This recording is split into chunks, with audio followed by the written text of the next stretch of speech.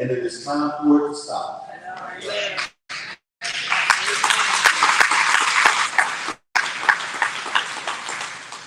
And I'm going to say this, and we're going to move to what's next. You can't protect and serve one part of the community that pleases you and brutalize and terrorize everybody else because they're not built on the people. You can't tell me to go back to the other side of the river when I'm from this side of the river. You can't tell me to go where there's more black folks. Well, I know plenty of black folks in Rankin County up because I came up in those communities. So I'm going to do that. And I'm going to say that everybody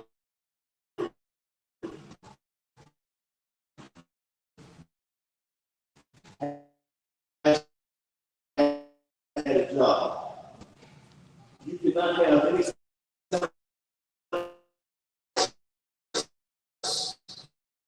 to occur at your job. And the first call that you make is to your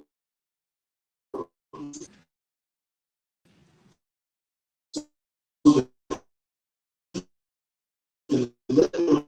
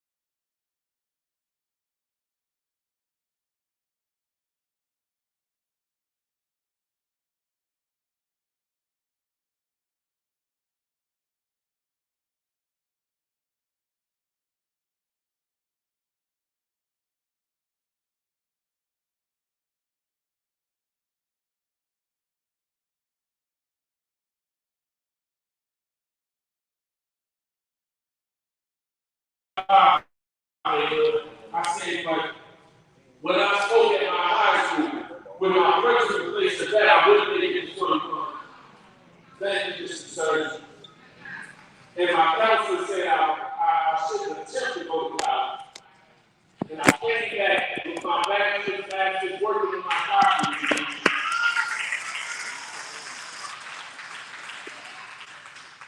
And now I'm being one of 60 in the country that help young men with cancer. I want all of you, every last one you don't want.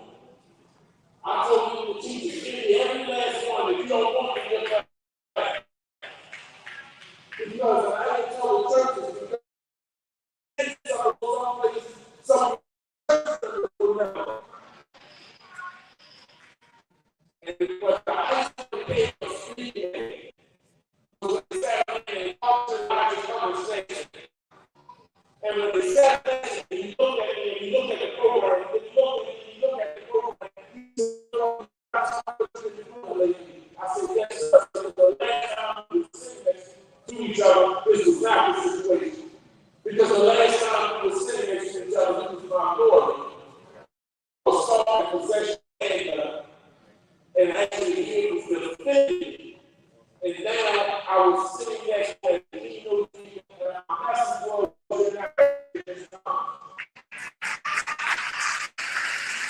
so my president, I'm saying that he said citizens because I definitely feel that he can change and also Millersburg. But the key piece is we need to get to that person that has given up, who has lost hope. You have a whole regimen of fighters that you have not tapped into. They just don't know what to fight. I had to tell a pastor, and I'm like supposed to, but I had to tell a pastor, he had said, he's I was full of doctors. I want you to train every last person that, you know, at my church gives you. Take over the drug course, go and trap. I said, Pastor, I don't think I can train you to do what I do. And I said, but I've been training to be a little better, to do what they do better. And he said, well, I don't know what's your age. I said, you want to know my age? I said, when you look at them young cats, they got the teardrops in their face, they got the flag, they know how to walk, and they know how to go to sound, and they say down. I said, when you look into their eyes, you see that they're ready to die. And I said, that's the problem when you look back and yours.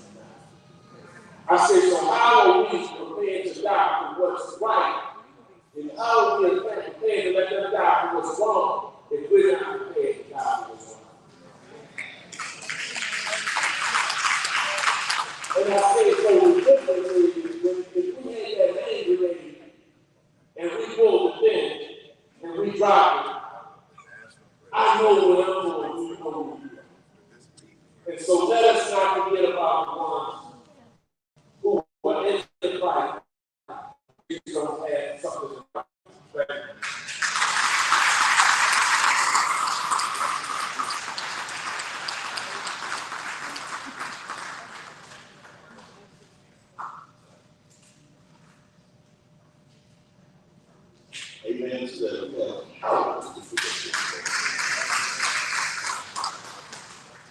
So, before I go on, Brother Tanner Smiley, please stand together.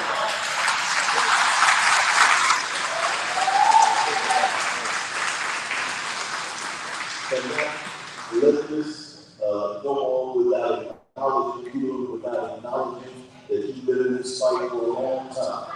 And so we are happy to have you here in Rankin.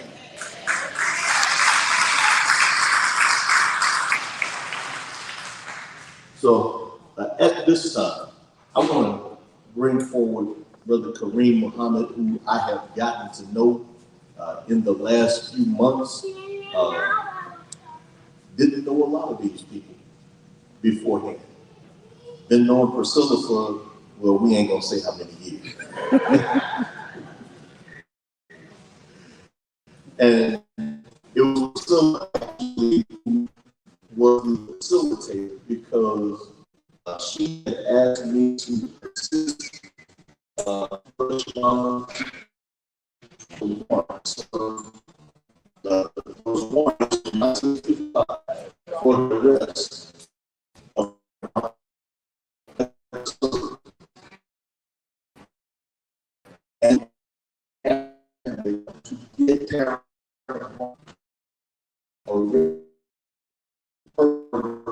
children. It's really not very so because that later on and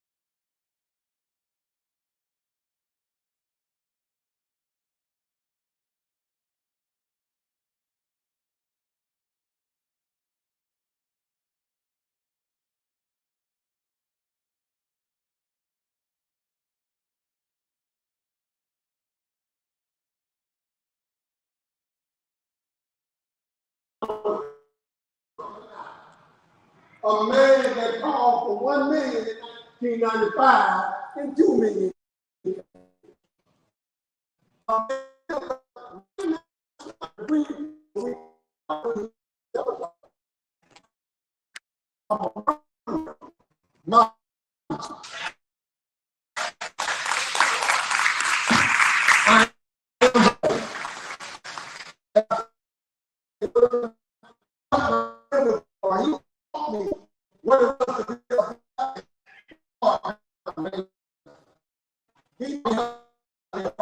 He taught me of it. He taught me of it. He taught me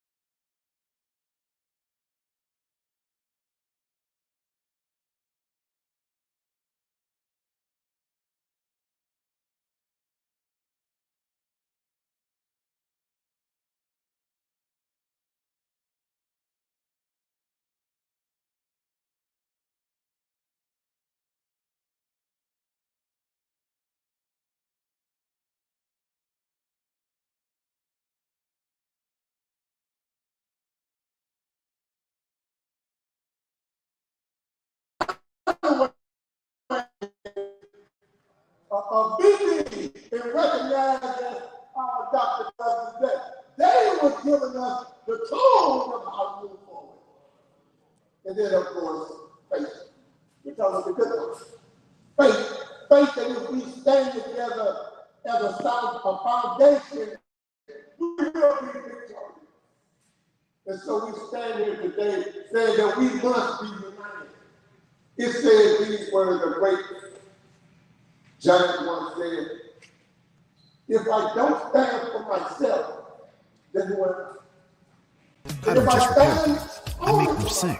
But this whole operation is bigger than me. The UPS store has the hands I need to protect people's treasures. I fix, they ship, and the beat keeps going on. Visit your local UPS store at 1831 Martin Luther King Boulevard, Suite 125 in Greenville, close to Walmart. Now, what are we standing for? We're demanding that first and foremost, we're here in Rankin County, line grind daily. Come on. Come on. Come on. Say it. I think line is right. Okay, so I can say line is line daily. He like the slogan, line grind.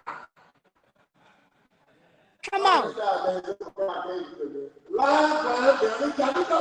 Come on, Brother Kareem. He got to go. He has to go, but we got to turn. That's right. That's right.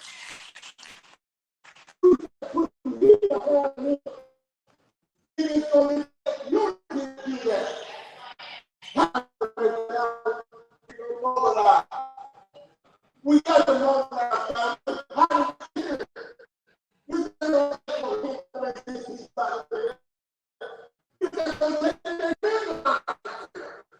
It's not going to take the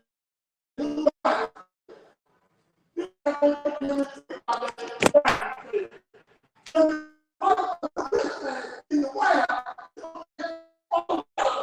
mobilize it.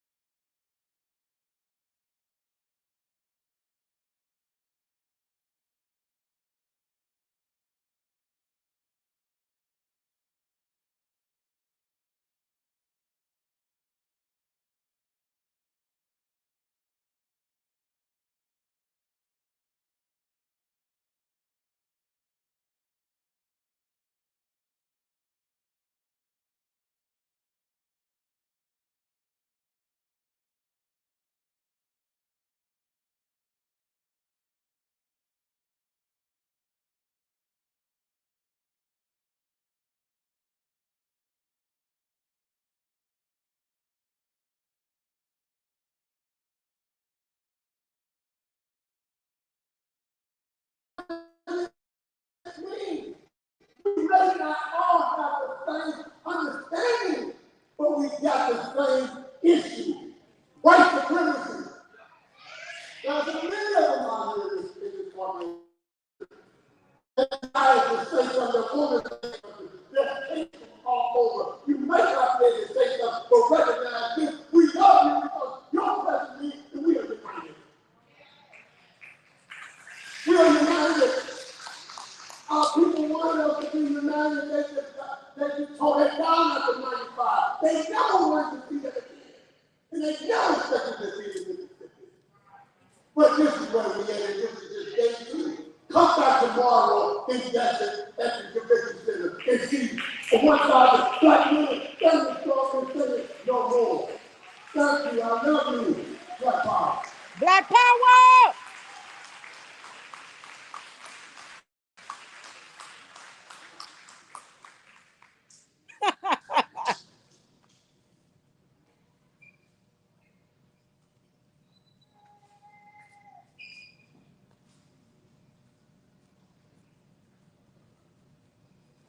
Little housekeeping first.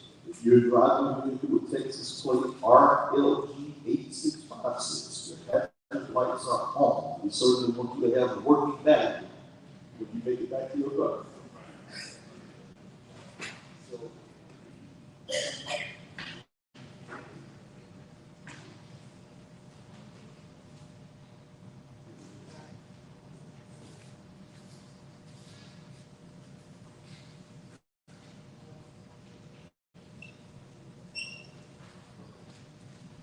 All right, you all, it gives me a great pleasure at this time. This plane was running a little bit late, you know how travel can be. But at this time, I want to introduce my brother, Come on. my partner in justice, the man who is working and making sure that we get justice here in Rankin because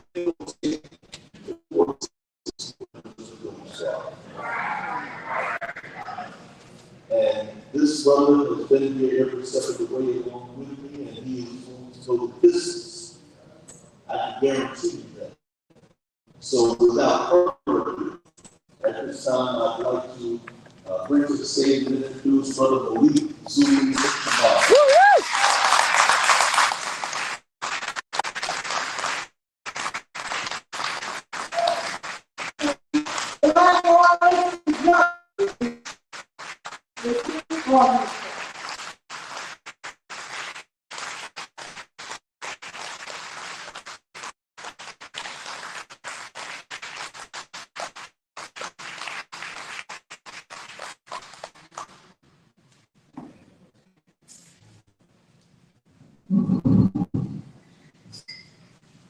Please, let's give him a round of applause.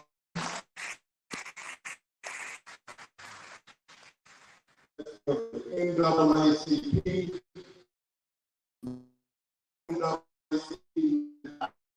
Come on.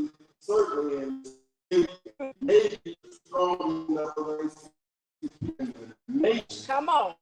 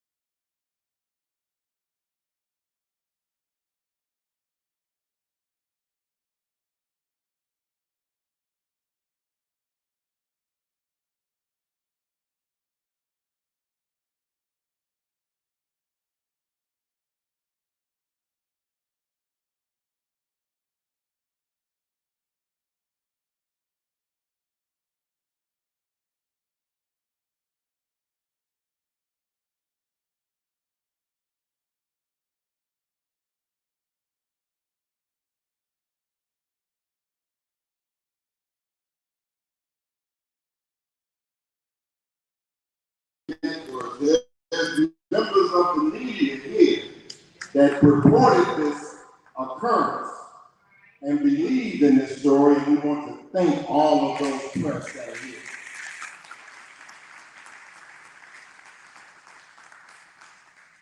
Giving honor to God, and now bear witness that regardless of land, label, or language, that is God.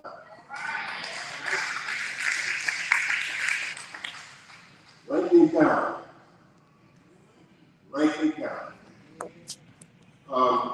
In the New Testament, Jesus says, God is not mocked.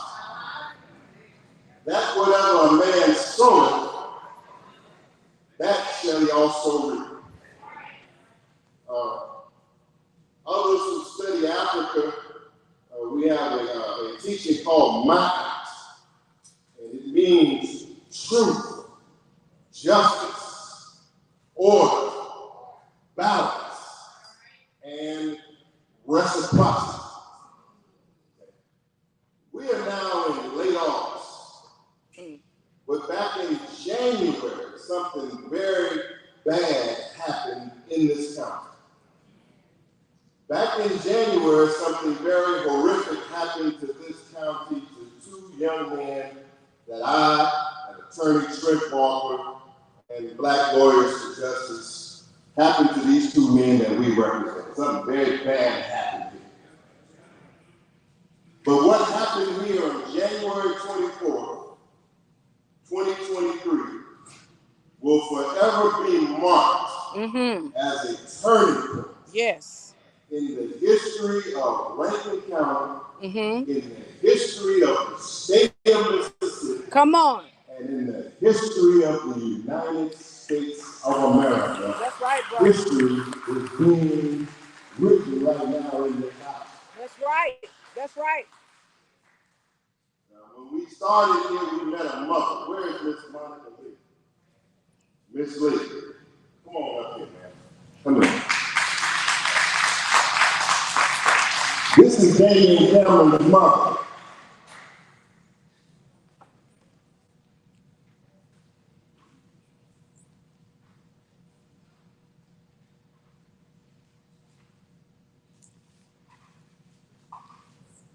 In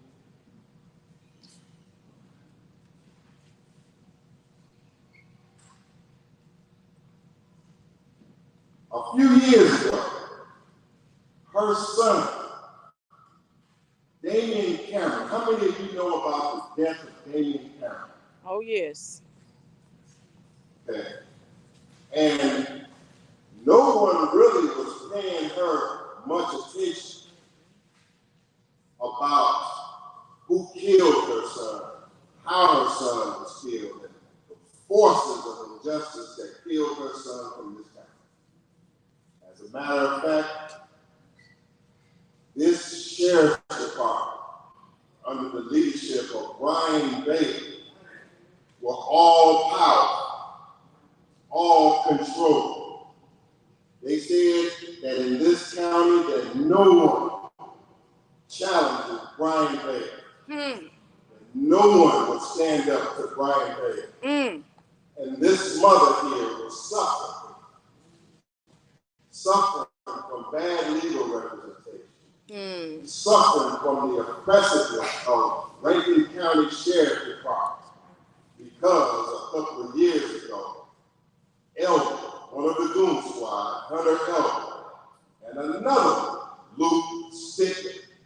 Now hold on, before we go further, we have to know, we all know and understand that the Rankin County Goon Squad is much bigger than just 6 individuals. Is that right? That's right.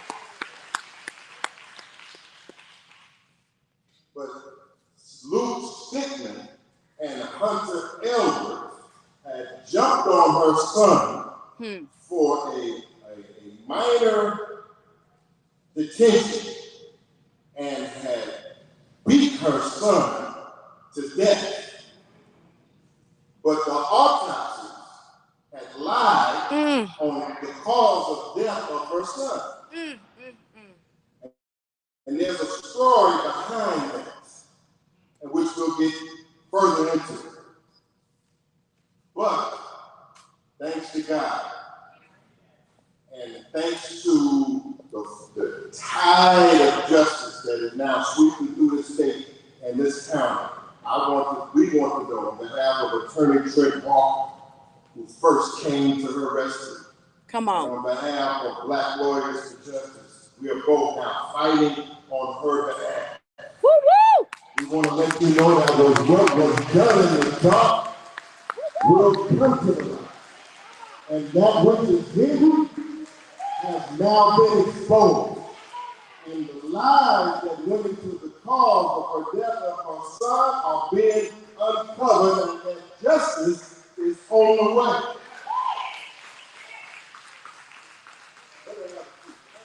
Let's give Miss Lee a black hand. Let's give her a hand. Give her a hand. A strong mother, a breathing mother. But every day she's out there fighting on that battlefield and raising the name of her son, even though she was a witness to his life being snuffed out. She was a witness to the knees on his neck, just like George Floyd. Damian Cameron is just like George Floyd. He died in a similar manner with the knee on his neck, just like George Floyd. The only difference is that there was no video. And that is because the man who Mr. Muhammad has dubbed Lying Brian Bailey, that's what he called. He calls him Lying Brian Bailey. That's his words.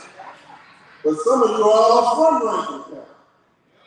If you believe, ladies and gentlemen of the jury, Come on. if you believe that Mr. Kareem Muhammad is telling the truth on Brian Bailey, raise your hands out here in this room.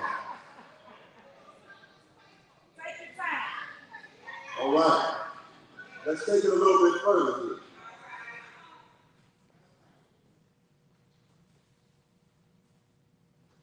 God is not mocked. That a man soweth, that shall he also reap. Rankin County itself, they said that you would never rise. They said that you would not organize. They have told me that Rankin County is dominated by white supremacist forces and that the Klan is very active in Rankin County. Now, is that accurate or is that misinformation? And so they said that if anyone organized in this county, that they would face the retribution of deadly forces in this county. But I want you to know, Rankin, that you are making the world proud here today, and you have made them proud in other areas. You are challenging fear. You are challenging injustice. Right in the heart of the county where they said it could not be done, Rankin is on the rise, and black people in Rankin County, you are making national and world history. This is going on with us together.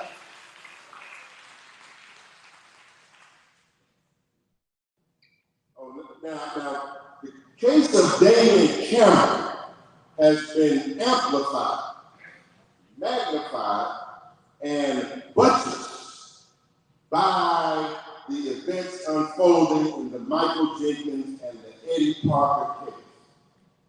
As a matter of fact, the tragic events that occurred on January 24, 2023 in Braxton, Mississippi, in Rankin County on Connolly Road, these events have set off a chain reaction. And this chain reaction has shocked many. But when we came here in early February, when I first stood, when I first heard the call, when I first got the call from Michael Jenkins' mother, she here? Oh, come on, listen, come on up here. This is Michael Jenkins' mother, Mary Jenkins. Please.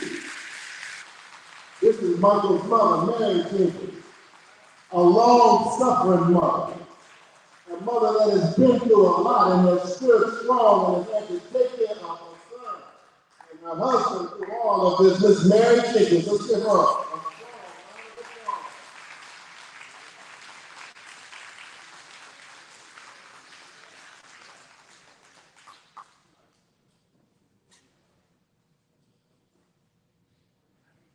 I see Brother Zaki Baruti, my longtime mentor from St. Louis, Missouri. It's an honor to see you and all of you folks here.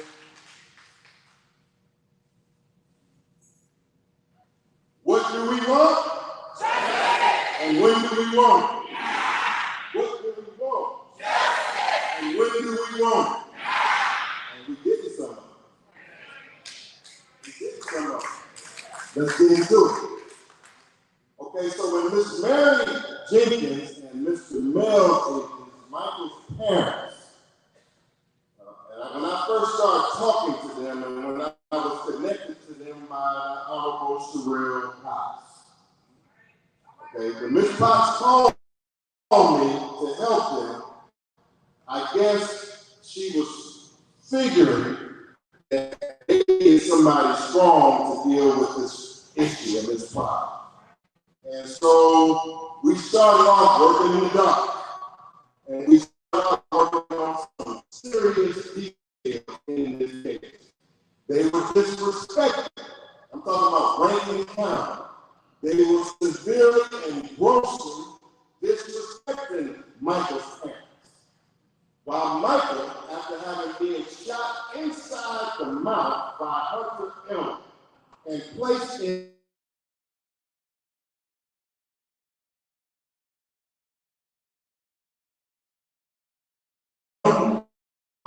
early, that must have been terrifying.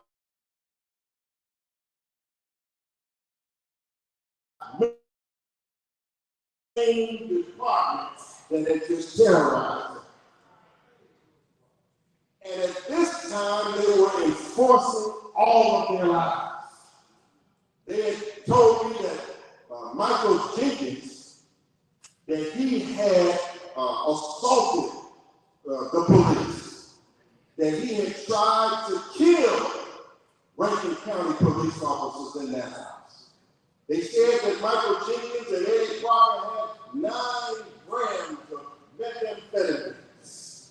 And they said that they had shot back at the police and they had 9 grams of methamphetamines. And they said, well, we want you to look into it. I said, well, okay, I'll look into it. I said, well, this guy, Michael Jenkins, he must be a pretty rough guy. He must be a pretty tough guy. He's shooting back at the police. I said, well, some of this got to be true. Michael must have done something to be shot inside the mouth and have a big bail on him. And no one can see him in the hospital. They won't let his parents see him. They won't let anyone in. I said, well, let's go to work. And we went to work on that hospital.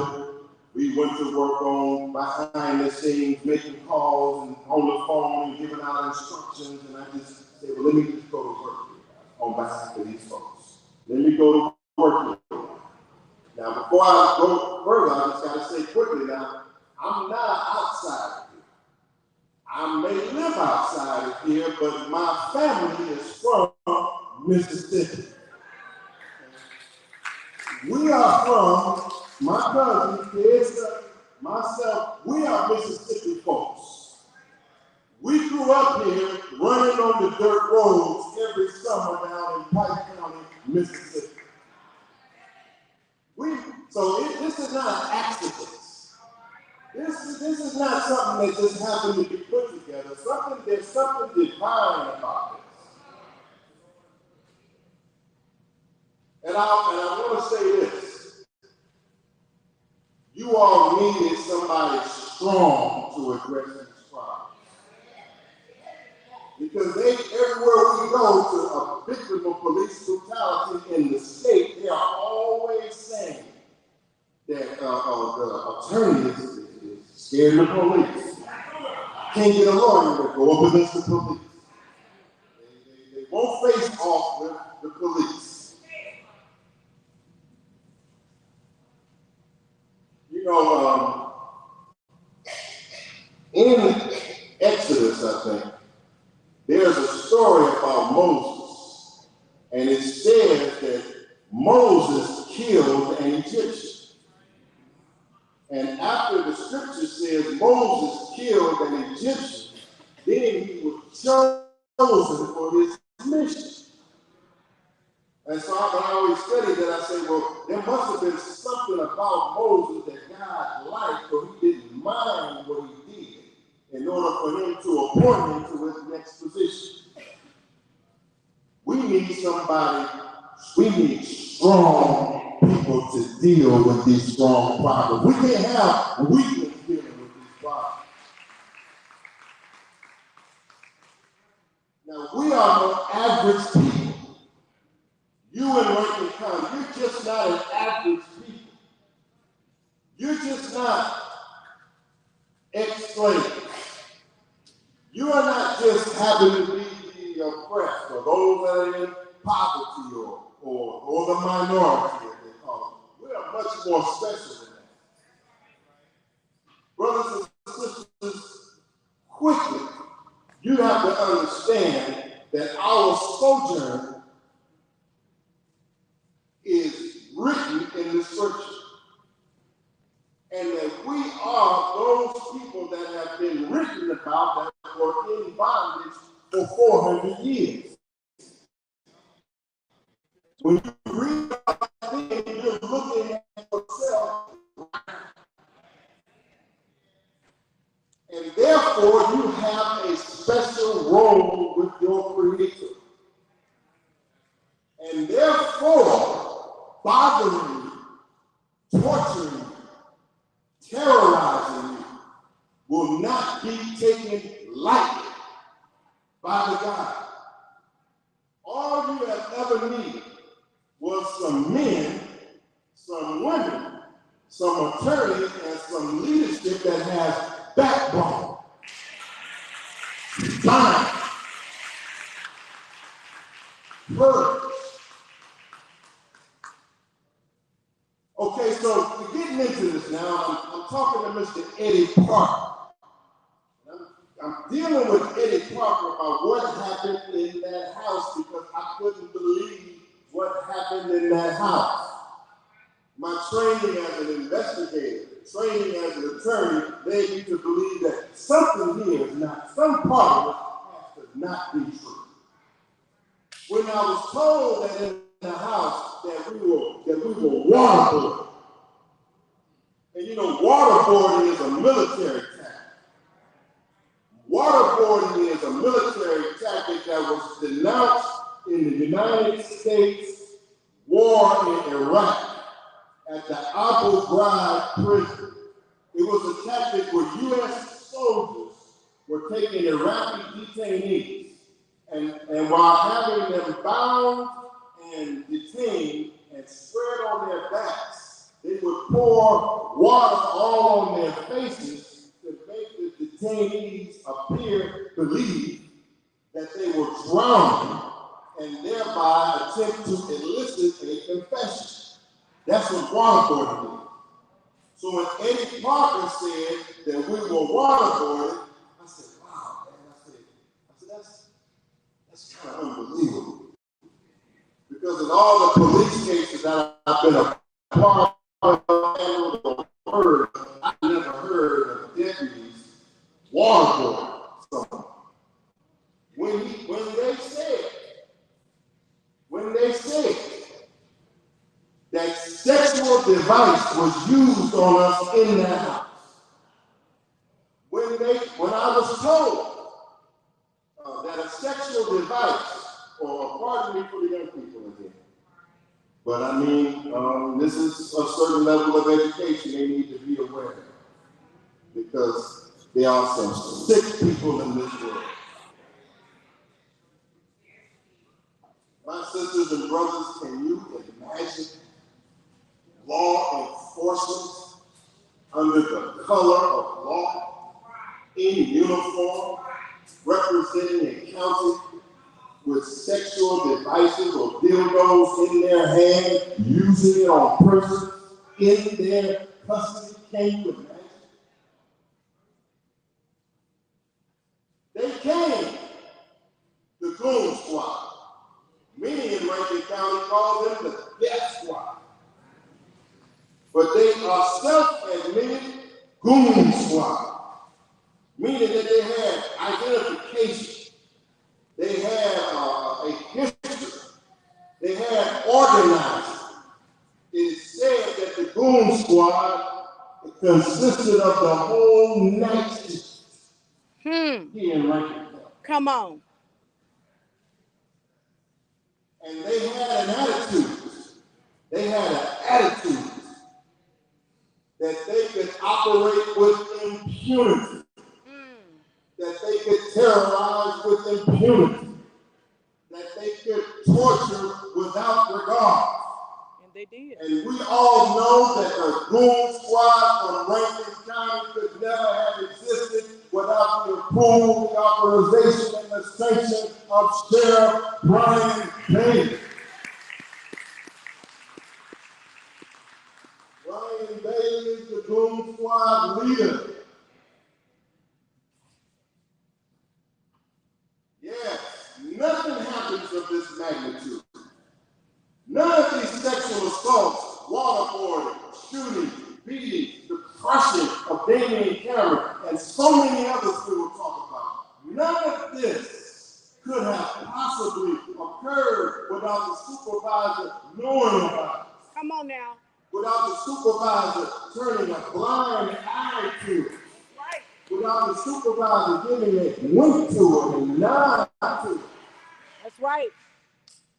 It is Brian Bailey who was out there when Pierre Woods was shot in Rankin County, when Hunter Elwood, that criminal, Hunter Elwood, shot him 9 times while he was posing no threat on the ground, and he shot Pierre Woods with his rifle 9 times, according to the court records. He shot him 9 times, and Brian Bailey was right on the scene. And as it says in our lawsuit, that the judge denied Brian Bailey qualified immunity. Now, you know if they deny you qualified immunity in Mississippi, you must be in bad shape.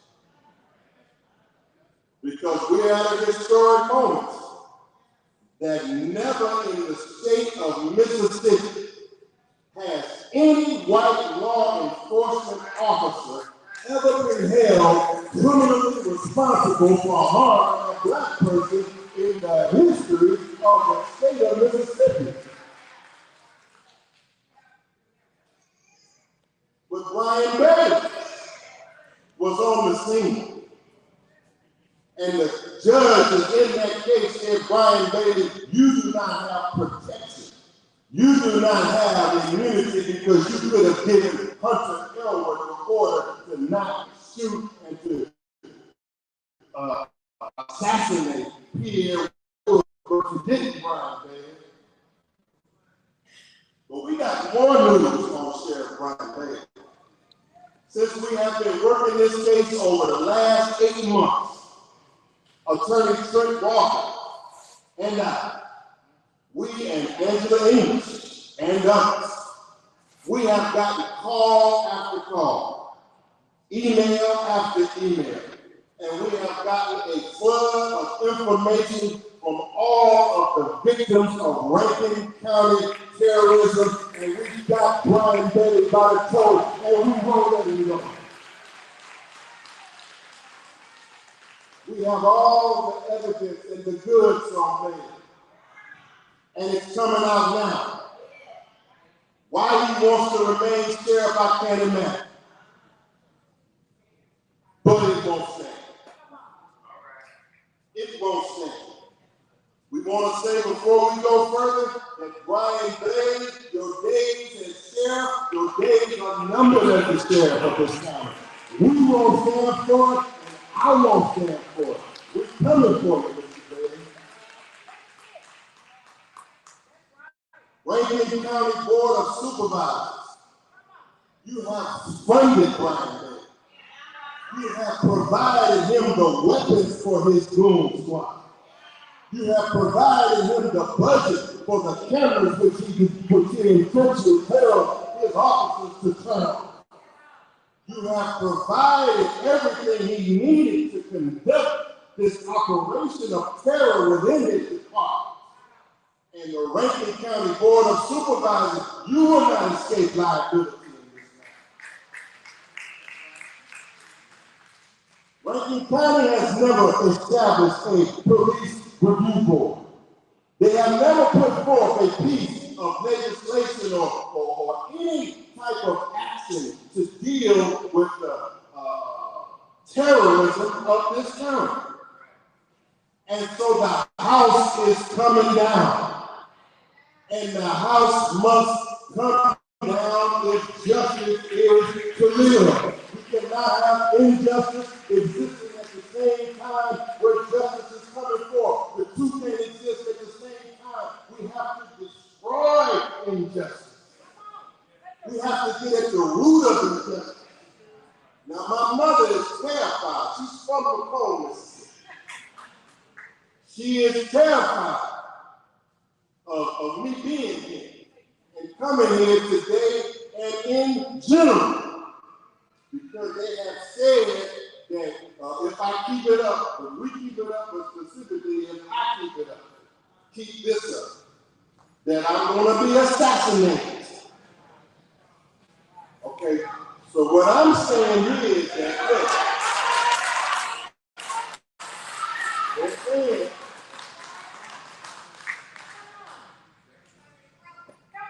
let me say this.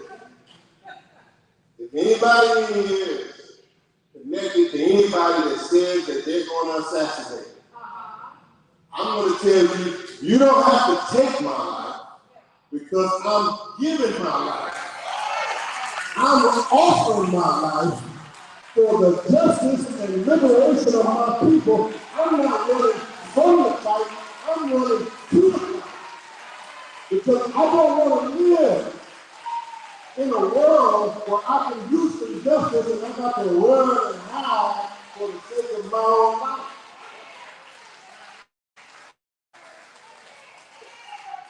So we give. I speak for Attorney Cook Walker, Cornell West. We give our lives. You don't have to say you'll take our lives. We need to give it. Come on with it if that's what you want. But I believe that you will stand for it, Mississippi. And I don't believe that our God will stand for it. We have asked for justice for a long time. We have fought for a long time. The goon squad has terrorized people, beaten people, murdered people, and dropped them on the side of the road. And we are here to tell you right now that justice has come, and it ain't no turning back. It ain't no turning back. We have made history here. We have put some of the most notorious gangsters, criminals, and outlaws that have ever existed in this state, and we have them locked up behind bars.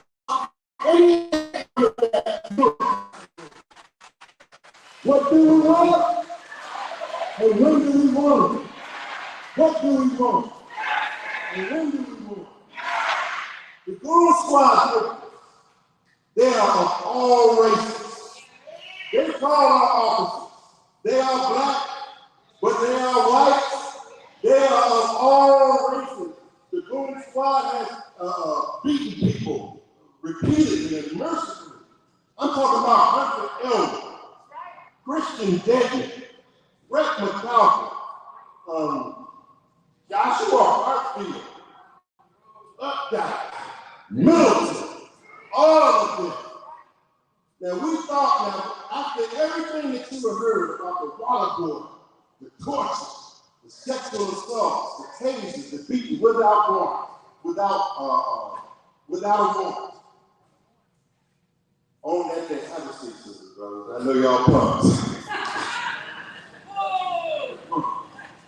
But I'm still letting you know that I'm not a preacher. I'm a lawyer.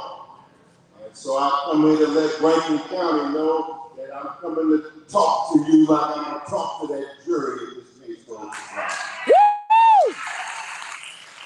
We come prepared for trial. And they don't want a trial for this. How you going to defend 6 criminals that just played guilty? We got the goods on that.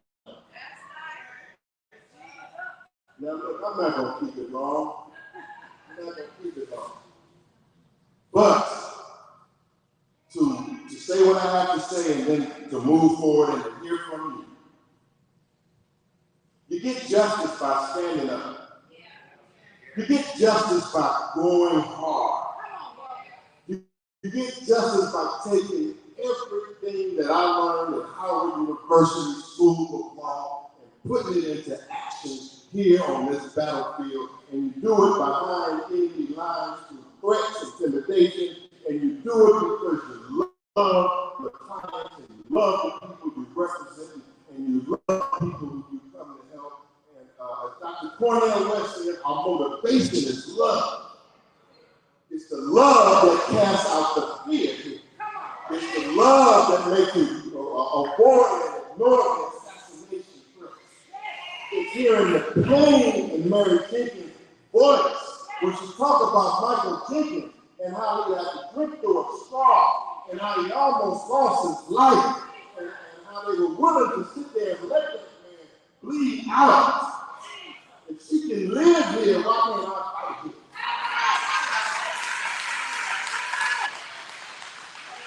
If y'all can live here, why can't we come stand up for you?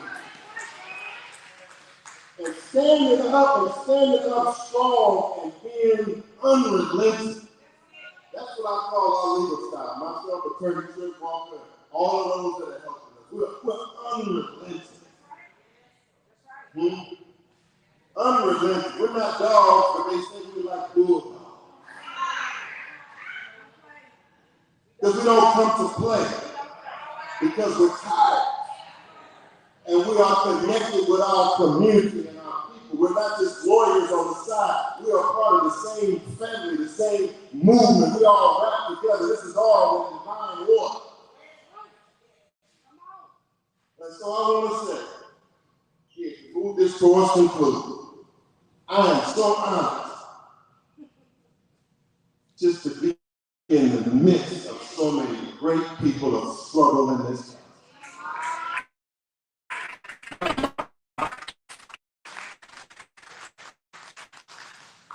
I'm going to be tomorrow with Mr. Kareem Muhammad at the Jackson, Mississippi Convention Center.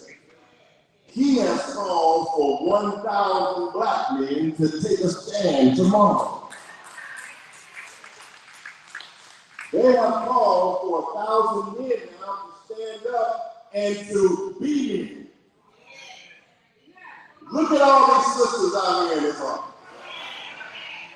Look at these good black women. They're honestly looking for the man to show up. These sisters are waiting for a real man to show up to give them protection, to fight for them in this cause, and to let them know that they are not hanging out here by themselves. And so at 2 p.m. at the Jackson, Mississippi Convention Center, we're going to be there also tomorrow. Because we're tired of the violence, tired of the killing, tired of seeing our young brothers pass the Ted at the morgue, tired of seeing them shot up and locked up, and we are coming to call them into something higher, something greater. We don't come to take the fight out of them, we come in to put them in the right fight. We don't want to take the fight away from them, we want to just stop them from fighting themselves. And so I just want to say that we're making history. That in this state, a white police officer has never been to jail or prison for harming a black person. And this is Mississippi. All those times in the civil rights, when you saw water holes, police just water holes and beating people, those were crimes. Those were civil rights violations. But they were never prosecuted. And they never had attorneys to take those on. All of the time on the back roads here in Mississippi, somebody has been beaten on that back road. Some cop has beaten somebody, hurt somebody, harmed somebody. If you know anybody in this state that has had a crime committed against them by the police, ladies and gentlemen of the jury, raise your hand.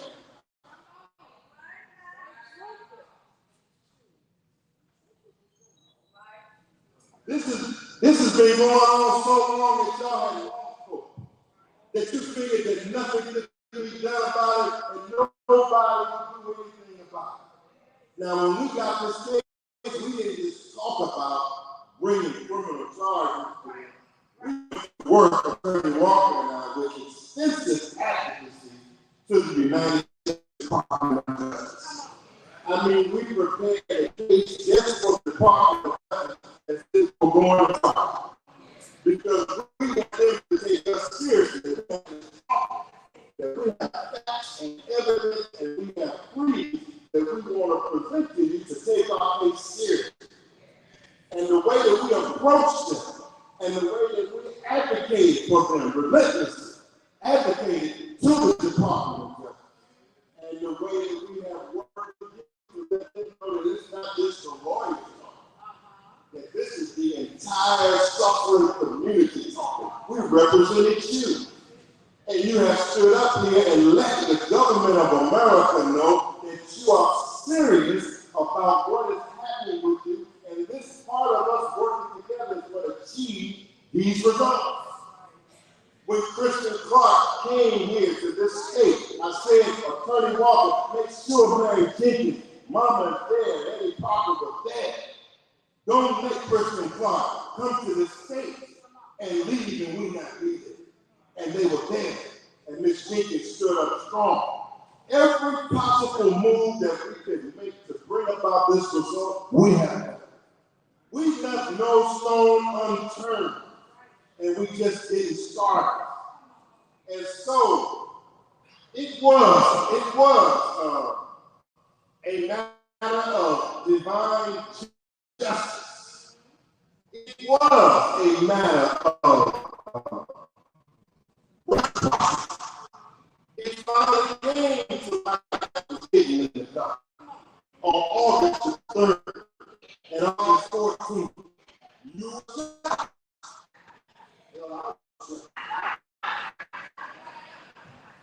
You were shocked, Michael. We all were shocked.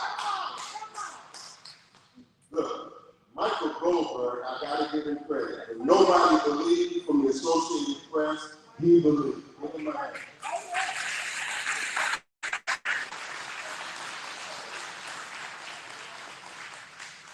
Look, free press is important. Andrew Butler. Thank you. Mike Magazine. Mike Magazine. Look, the Goons, the federal, and they told us before they went into court, all of them were pleading guilty to about 14 federal counts and other state counts. I mean, we were surprised. We were looking for maybe an indictment of maybe one who would testify against the others. That's what we were looking for, or thought would happen. But what happened on these last couple of court days was indeed a pleasant surprise, because all of them pled guilty to everything that's contained in our lawsuit and everything that we have been saying.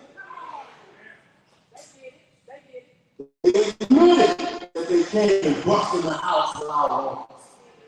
They admitted that they handcuffed Michael Jenkins and Eddie Parker for about 2 hours while torturing them, terrorizing them, and humiliating them, and degrading them, and making a mockery out of them. They admitted that they had beaten these men over a fucking course of a couple hours. They admitted that they had taken guns and put it to their heads and threatened them over a couple of hours. They had admitted that they had called them over this while doing all of these acts, called them niggas, called them monkeys, continuously and repeatedly. This is a hate crime. It's so much interest that you can't even hardly get to the hate crime. It's so there's so much inside of this incident that it actually envelops all of the worst of policing in one single occurrence, all occurred on January 24, 2023.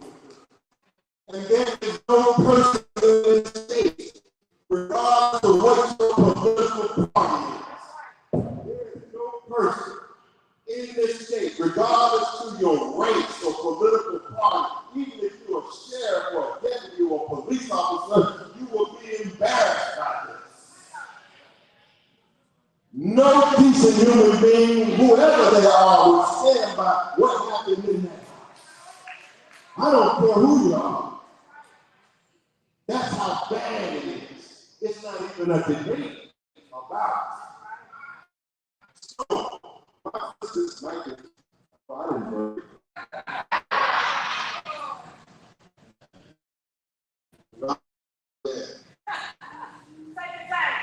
I'm a lawyer. So we gotta thank Pastor Harvey for allowing us in here. Honest to the pastor. You're making history, dear pastor. Thank you so much. What you running for? Supervisor, District 4, Pastor Harvey, please. Supervisor. Supervisor. He needs a $25 donation because there's a, when is this Sunday, September 10th, right here at Greater New Friendship MB Church, 755 Shallow Park Road. There's going to be a fish fry and $25 donation because we got to put the tax in.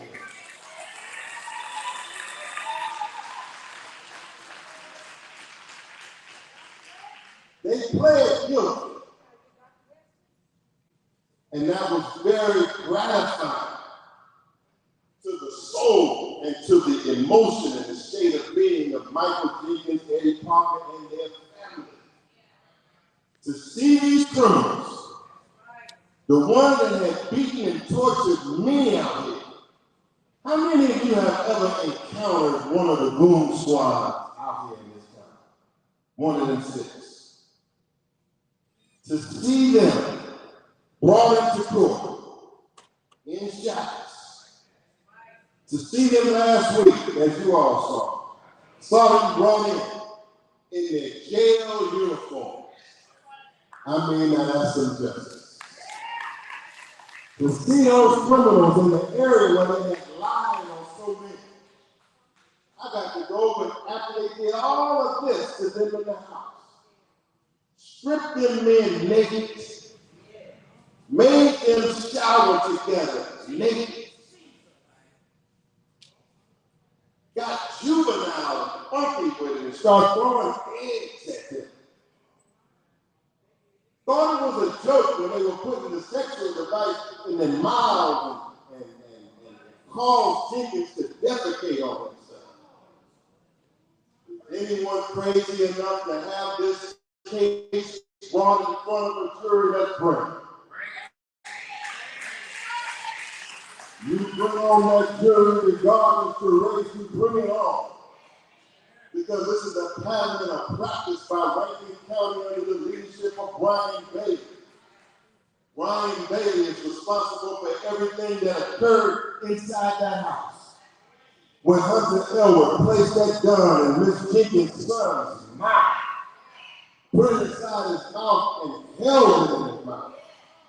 Looked Michael Jenkins in his eye, and after looking at him in his eye, shot Michael through his mouth and busted his jaw and severed his heart. Ryan Bailey is responsible for that. After all of that occurred, Michael Jenkins lay on that floor. He laid on that floor.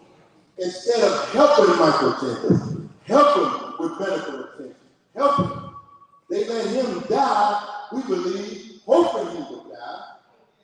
And they went to the back porch, according to their guilty plea, to conspire on how they were going to cover it up. You heard all of your life, either people saying or somebody would say, the police planted that gun. The police threw a gun down. Practicing law long enough, you need some skepticism about everything. However, in this case, they played to having a throwdown gun in the car outside of the house. So they went and combined on the back porch, and then they went and got the throwdown gun, the fake gun, to throw it down on Michael Jenkins to say that poor little Michael had got out the handcuffs and picked up the gun and pointed it at Hunter Elwood, and that's why Elwood had shot him. Hunter Elwood was so confident that Brian Bailey, his partner, would back him up, that he went right to the police station, to the sheriff's department, and he filled out an affidavit, and he notarized it, and swore under oath that Michael Jenkins had a gun and had assaulted him, and that's why he shot back, and they charged Michael Jenkins with aggravated assault. And still to this day, they got $4,000 bail for Michael Jenkins' money, and Brian Bailey hasn't had the decency to earn that money. Still has the bail money after they have admitted to planting the gun and to faking the charges on Jenkins and Parker. And Bailey has never mentioned Michael Jenkins out of his mouth. He hasn't apologized to Eddie Parker. He hasn't called the mama or the daddy to apologize. He's interested in saving himself, but his days are numbered. Brian Bailey, you have met your match up in here today. Now, they admitted that they planted the drugs. They said one of the deputies, one of the goon squad members, when they got the planted dope, we said that they were police, we get it, they planted the dope, We know you got that dope. You know how we hear somebody always saying, we just planted the dope. They planted the dope. You know you had that dope. It's true. They planted the dope. Planted the gun. I mean, every bad act that a cop could commit in one occurrence, it occurred right here in Rankin County. And nothing that severe occurs unless it's happened before. And so to conclude all the calls we got calls to show that they have waterboarded before. That they have used sexual devices before. That they have put guns in their mouths before. Every day we're getting fresh reports. Persons that were charged with crimes and rape, that they came in and were to the mud that could be fingerprinted, and they were beat up and bruised and force was used against them. But no use of force reports were ever submitted. No documentation of the injuries of those that have been beaten and brutalized here have been submitted because Brian Bailey did not have his officers to be held accountable for what they were doing. So, what we want to do now Yeah, we got some justice, but we got to get more justice. We got some justice, but now we're not about to get happy. We got sentencing coming up. Sentencing coming up on November 14th in federal court. Is that right, attorney? And what about state? On November 14th, we got to put that on our minds. Everybody here must sign the sign-in sheet and give us your information. We want you to write the judge. We're going to help you to write the judge in this case. The judge and the federal court that's providing over sentencing, they need to hear from you all. They are going to hear a lot from us. They are going to hear officially from Ms. English and the NAACP. They are going to hear on that day from the victims, and hopefully the victims, and hopefully from Ms. Jenkins, their mom. But all the while, we got to keep up the same intensity in the fight. We're not going to come in the court and watch them walk off with some lightweight sentences with half the time off, with some lightweight years. We're not going to be happy with that. We must let the court know and the judges know that this is not the first time. We must let the court and the judges know that there is enhancements for hate crimes, enhancements for using sexual devices. We want to encourage the court to go beyond whatever plea deal that was agreed to. Did y'all hear me? Whatever plea deal that the defendants made with the U.S. Justice Department, we respect the U.S. Justice Department. We respect them, but the court is not bound by that. And if this case is what we say it is, and the guilty pleas say they are what we say it is, and if it in fact is the worst incident in recent memory, maybe ever, then the sentences given out to these defendants must reflect the severity of the crime. What do we want? And when do we want it? So we're going to write the judges. We're going to say what now? Well, NAACP leader said she got the letter signed, but in the back. So nobody leaves without signing the letter, signing your letter to go to the court. You don't have to get out the typewriter, the computer. She's on top of it. Don't leave without signing. Give us your information because we got a campaign going and we want everybody to sign. And we want you all to join the signing process. I got to thank Brother Cardell Wright, wherever he is, of the Mississippi Freedom Democratic Party, for what he's doing over there in Lexington. Everybody signed the letter. Everybody joined the sentencing campaign for justice. If you haven't fought thus far, you can be involved in the sentencing campaign. You sign that letter, and you stand by for our calls and our emails, because on November 14th, we want that courtroom jam-packed. Then we want them coming from all over the country. On November the 14th, we want it jam-packed. And we want the judge to know that we are serious about justice. What do we want? And when do we want? All right. Now we'll get this, we're gonna open up in a minute. But we got a couple.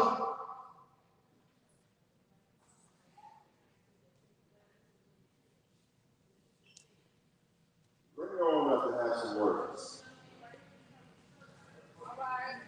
Listen. The Black Caucus The legislative black caucus, who they accused of not doing anything, has stood up mightily in this cause, and they went public. They went public. Representative Stamps, give him a hand. We want to hear from them, y'all, in these moments. They did something historic. They did something historic. They went public with that letter to Lynn Fitch, and they rebutted all of the critics that said that the Mississippi State elected officials would not do anything. No, they took a stand. I'm not going to get on those who haven't taken a stand. I'm going to appreciate those that have taken a stand. We'll get on those who haven't taken a stand tomorrow. But look, this is a good point to make the next point. We must have elected officials in this state that stand for us. We must have in office representatives that represent us if this is supposed to be some kind of democracy. Now we got a black woman here who is going to be running for the United States Senate from the state of Mississippi. We have a woman here that is very sensitive to our needs and is sensitive to the needs of common folks in the state of Mississippi. She comes from a historic family, the family of Emmett Till. And what I'm saying here is that we need her to be in the United States Senate. We need a senator from this state that represents the diversity of this state. We need a senator from this state that you can depend on and that you can rely on. We need a senator that has some backbone. And since I have known her, since I became last year one of the attorneys helping the Emmett Till family, I have grown to admire her. And she has, many times when Michael Jenkins and his family needed help, it was Priscilla Williams Till that have come to our help. It has been Priscilla Williams Till that has stood up. It has been Priscilla Williams Till that comes from the right family and the right tradition, with the right background, with the right heart, and the right courage, and the right spirit at the right time. And what we're saying to you is that we want Priscilla Williams Till in the United States Senate in the Mississippi election for 2026. We want to put Till in the United States Senate. Till in the United States Senate. Till in the United States Senate. In the United States Senate. In the United States Senate. In the United States Senate. Ladies and gentlemen, without further ado, we will bring on Dr. Cornell West.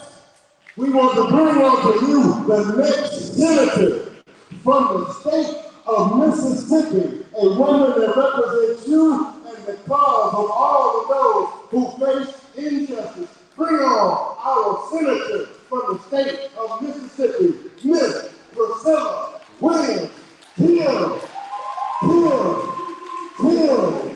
Bring on.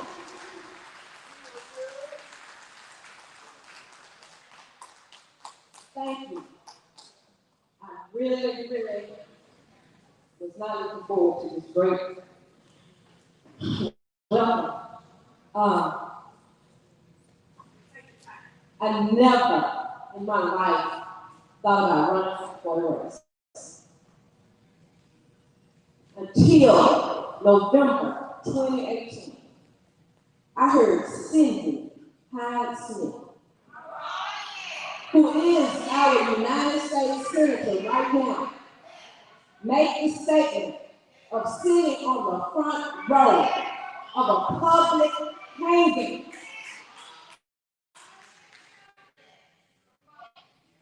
I'm going to just give you some background about me.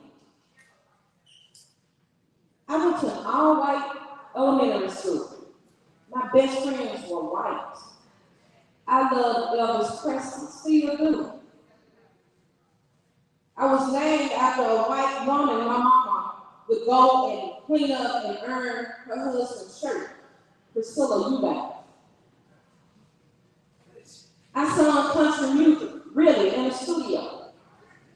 But it wasn't until I worked at one of the local entities here in the state of Mississippi where a white woman told me that she would hang from a rope with a rope from a tree with her hood on. I was fired. After thinking she was my friend, I was fired. I was forced to take a polygraph test. And in the polygraph test, the examiner, white examiner, said that I falsified information during an official investigation. But how can I falsify information when you put in the investigation about I said a black boy was murdered by a white man for kissing a white woman? I would have never said that, but they fired me based on that investigator's report. And that was the lie. So I marched in Mississippi. And I went to others in the same entity and asked for their support.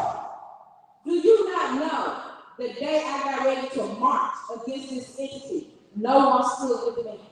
They all were around looking at the door. But ACLU brought 300 people and marched. And what I want to say about this is a problem because I was fired and I ended up having to sue. After I sued, Mamie Till had come down. And you all, I knew I was some kin to Mamie Till. But I didn't know how close. You know, you always see y'all some kin to the Till. Y'all some kin to Emmett Till. You know, a lot of people say they some kin to Emmett Till.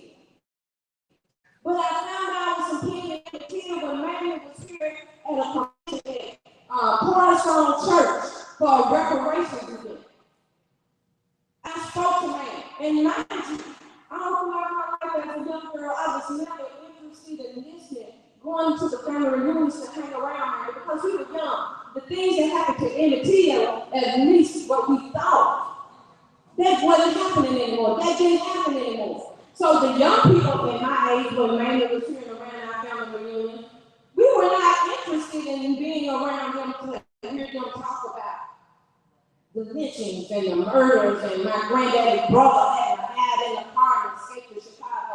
We just heard about it, but we weren't interested because now I'm going to school with white kids. We've been integrated. I say in all black poor neighborhoods. So they integrated us to go after this white school. So we're not interested. So it wasn't until Mamie was here and I was fired. And I sat down with her. Now I want to hear everything, how she got through what has happened with Emmett in the state of Mississippi. You know what she told me? You need to carry the torch for this justice because I'm old, I can't see, I'm going blind, I got diabetes, and I'm looking at her like, you're not sitting because I was not coming to her for that. But she passed me a torch that I was not ready for then. I was not ready for that torch. It wasn't until I stepped on her bed and I had funeral that I knew, okay, I'm really in the Till family. I'm really something. But while I was there, my daughter called me and said, Mom, found a black man hung in Campbell County, nicknamed. While I'm at May's funeral, and it was my first journey of coming back. I don't know what happened. Maybe I went to sleep and a spirit had come over me, and what May said, Priscilla, I need you to go and carry on for justice. But the next day, I was up and running for justice, y'all. I had got back to Mississippi. I got the new applicant card to come out with me to go into the Delta. Well, it wasn't a Delta. Campbell County is outside Meridian. We've gone to Meridian. I talked to the family. I went to take pictures. I stopped dealing with any issue. I stopped dealing with Mississippi when it came to lynchings and things. Because I started on my own after Nick Naylor, I reached out to Keith Beauchamp, who did the TIA move, who's now the executive director of the TIA move. He and I became friends because Mamie told him about me and he called me. So now I'm talking to Keith about all the racist hate crimes that are happening in Mississippi. Because you know, Mississippi doesn't acknowledge hangings and lynchings of what they're doing here. So I began my journey going after Renard Johnson, Nick Naylor, Billy Joe Johnson, Frederick Jermaine Carter, Willie Jones Jr. I was meeting people. I was going and organizing campaigns with pastors, and I talked to Ben Chaney, James Chaney, the three civil rights workers.